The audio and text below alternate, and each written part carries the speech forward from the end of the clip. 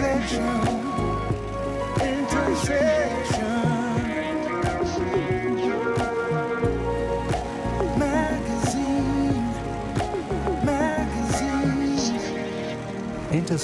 Magazine Podcast.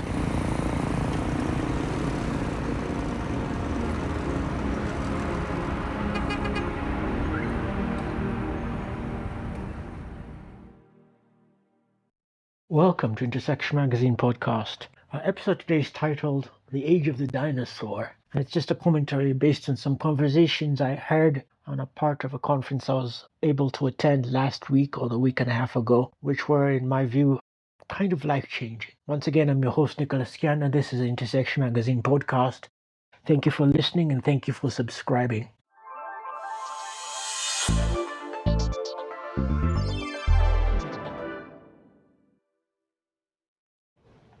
So last week, I attended an event hosted by Uganda Development Bank. The event was about a product that they're showcasing that, in my view, is a little bit like what we had before when we were developing web portals. A web portal is really like a web page on steroids. Really, a web page that can do a lot more than just host content. It really gives you a deeper way to access information and to interact with that information. Now, in the age of Web3, where we're really interacting and getting conversations with our information online, I think that it was important for me to attend the event and to see what they had to offer, because what they were talking about was a system, kind of like an AI-backed, artificial intelligence-backed system that would allow them to process and to begin all sorts of interesting conversations with partners, stakeholders in the business of finance. So the bank set up a system called RISE, and what they were aiming to do was to have a central place where fellow banks would coordinate and create solutions with solution providers. Now, a problem would be created or a problem would be mentioned. Then responses would be solicited from different partners or different technology entrepreneurs who would come in and say, I see the problem, I see 3 different solutions that I can create. And then these solutions would then end up into this massive system which would comb through the data, decide which system was the best suited to deal with this problem, handle verification, handle ticketing or whatever you want to call it, where it's verification or who gets to win the contract, go through the application process, go through filtering, determining which solution is the best, and then, of course, with the help of the partners of members that were also finance-based or a part of the ecosystem, decide who to give the contract to. So this would go on for, and I think they described about 5 different thematic areas, which they identified as areas that would be important for development in the bigger picture. Now, all this took place after I had interacted for almost a period of about 1 month with a system called Bordy. Bordy is an artificial intelligence supercomputer, which allowed me, when I interacted with it, to come up with some ideas about what I was broadcasting or podcasting about and what I was writing in my magazine. And the system was so intelligent, it helped me make decisions in terms of how I was going to structure the future of my podcast. The system was so well designed, it helped me figure out some conclusions that I needed to make about the product that I was putting out, and how to make that product much more palatable and much more useful for the challenges that I was going to face, the challenges that are being faced globally. We went back and forth with the system. It helped me come up with a flagship. It suggested that I come up with a flagship and then build the rest of my products around that flagship. It was intelligent enough to look into my company and my products and my engagements and to figure out how many different things that I was doing, and then narrow it down to the suggestion that it made, which was that I should come up with a flagship. We went on to debate different artificial intelligence uh, suggestions for mental health ideas that I was trying to process. It gave me some ideas, created an episode of, created a season of about 6 episodes, came up with the themes that I should be addressing, the types of conversations I should be having. It made some suggestions in terms of who I should be talking to, how much I should be asking them for this product, etc., etc. So it was an impressive product.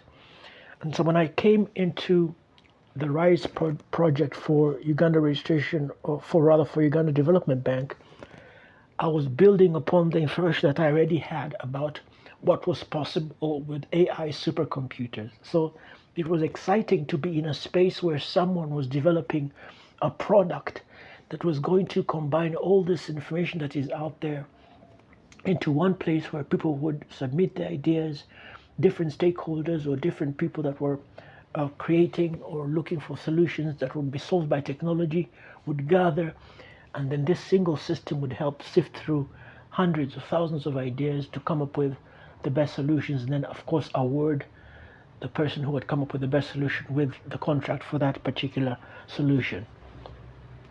So during the conversation, someone stood up and spoke about some of the criticisms that she saw for the project, and clearly they were very enthusiastic about their ideas and what they saw. They seemed to have some industry experience in terms of where they had been and what they had seen for similar projects, and so their suggestions were noteworthy. After a part of the conversation, the lady went on to have this conversation on the sidelines with somebody else, and they were clearly very enthusiastic or very positive about what they thought they were seeing in terms of this particular project, and how they did not see it as being feasible. The technology they felt was a bit too smart and too out there for the generation that she felt like she was looking at. One of the words that came up to me while I was listening to this lady speak was the word dinosaur. Now, we have many conversations taking place in our current day where we have many descriptions from cheetahs to elephants to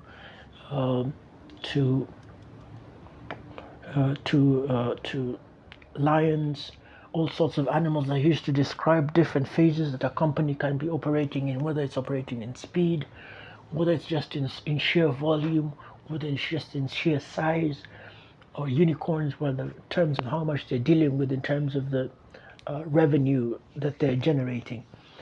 But I think what came up to me, that what was interesting was this lady was very strong in her position or in her idea of what she felt she, in a sense, was the dominant species of the time. But unbeknownst to her, there was a cataclysmic event that was going to take place, either a meteor that was about to fall, that was going to change what dominant species was going to be operating on the earth. And by this reference, of course, I'm referring to the dinosaurs. Now, there was probably no way any of the dinosaurs would have known that the age of the dinosaur was over, but it was coming, it was there, but they just could not see it, because everything around them was pointing towards the fact of their continuity, their being in charge, their being the dominant species on the planet. But we have this situation where someone, or the UDB for example, has come up with a solution, and this can take place in all sorts of other different directions. You have a company comes up and they create a solution. Now they're not necessarily creating for the dinosaur, they're creating for a generation that proceeds after the dinosaur. But the dinosaur cannot see that. The dinosaur is fixated on the current state of things. The dinosaur understands or sees himself or sees themselves as a dominant species. There is nothing in the dinosaur's near future that can challenge the dinosaur's dominance. There is nothing in the horizon that can challenge its ability to rule the land as it sees it. And this is where I saw this lady speaking from what she felt was a position of authority. All the information she had pointed to the fact that this system that was being created was not suitable for her. But the important thing to realize is sometimes when people are building, they're not building for you, they're building for people that will come after you. They foresee something that you cannot see. In this regard, for example, around the same time I was dealing with the body and working with a supercomputer, I read an article about Norway. The Norwegians uh, found oil. They set up a sovereign wealth fund. They diverted all the money that were a percentage of the monies that were coming in from the oil into this sovereign wealth fund, and they saved this money not for themselves but for their children's children. They foresaw a future in which they could put some money aside for the generations that were going to come. So this is a similar situation to what was happening or what is happening, for example, with the RISE solution. It's not necessarily being built for the generation that's here. And let me emphasize that dinosaur references are not necessarily references to people who necessarily are a certain age, because clearly you could argue that I'm being biased about this lady and her age. But the truth is, you can be 20, you can be 15, you can be 12 and still think like a dinosaur. You can be held captive by your thoughts and thinking about how technology will advance, or what place you have in that technology. But clearly, the solution that was being built for a future generation. And this is a generation, for example, where you have 5-year-olds that can look at a new phone and can learn how to navigate in a matter of days. And so the solution that was being provided, the artificial intelligence solution, the supercomputer, is not being built to function or to work with dinosaurs. It's being built for a generation that's so tech savvy at a very young age, that understands technology, that absorbs technology, that takes on technology with both arms and has an ability to adapt incredibly fast and to take on new challenges and to multitask and to handle all sorts of challenges that were unable for previous generations to handle. So that's what I think was significant about this conversation, was that the solution that was being built was not being built for dinosaurs. It was being built for a new generation of species that was going to take over the planet after this cataclysmic event. And we may argue that this is not necessarily a cataclysmic event, that the challenges that we're facing right now or the technology upheavals we're looking at are not necessarily going to be cataclysmic, but in a sense they are. People are saying, for example, that we are where the world was in around 2000 when the tech boom happened, the first technology boom with the internet happened. That artificial intelligence is going to place us in a place where there's going to be a leaps and bounds in terms of how fast we adopt and how fast we move on with technology. So that was my word of in a sense, warning for the dinosaurs. You have to adapt. Whatever is coming for you is going to be so fast, and you won't realize that you're no longer relevant. And so you have to be able to be in a position to see yourselves and to think not of the solutions as being created for you, but for being created for the generations that are coming after you. So that was really my takeaway from a really intense week of conversations, of engagements, of trying to summarize some of the major events that were taking place locally and as well as internationally. And now, of course, as we speak, there's quite a lot of turmoil in the Middle East, and none of us knows how all of this is going to play out. But the major players, people that are looking at this, are pointing to some bleaker times ahead. Now, how all of this works together and how all this plays into technology and old school ways of thinking, and the new schools of thinking, how these will arise, how oil will affect standard commodities will affect how the economies evolve, currencies, geopolitics. All of this is going to matter in a world in which artificial intelligence takes dominance. So I encourage you to embrace new change. I encourage you to embrace new ideas.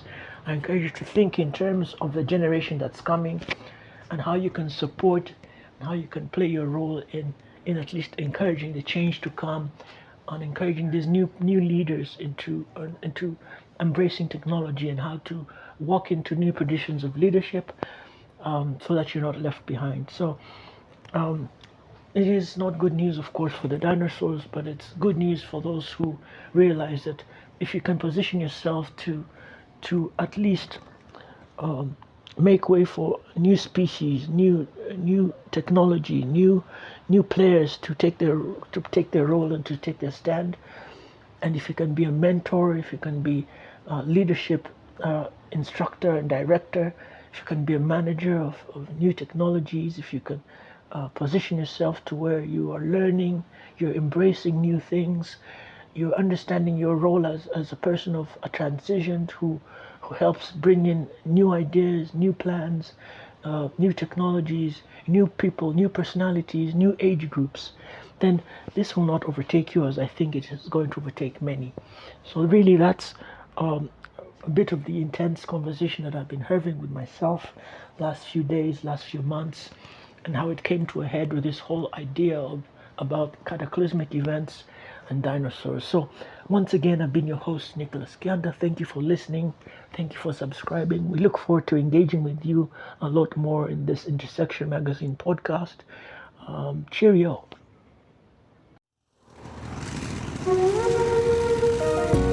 Intersection, intersection,